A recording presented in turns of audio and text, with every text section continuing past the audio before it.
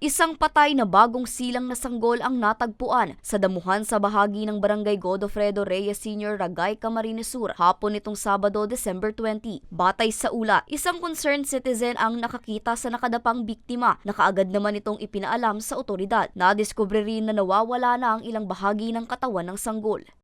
Habang siya maihi duman sa sinasabing lugar, ay nailing niya ini yung hawak na mayo ng buhay. Nahiling duman na may mga partikang hawak na mayo.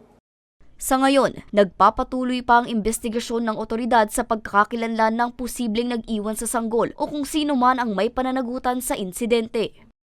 Ang Ragay Municipal Police Station nagaano man po ning tabang tangarig pong matawan ng taning hostisya si Aki.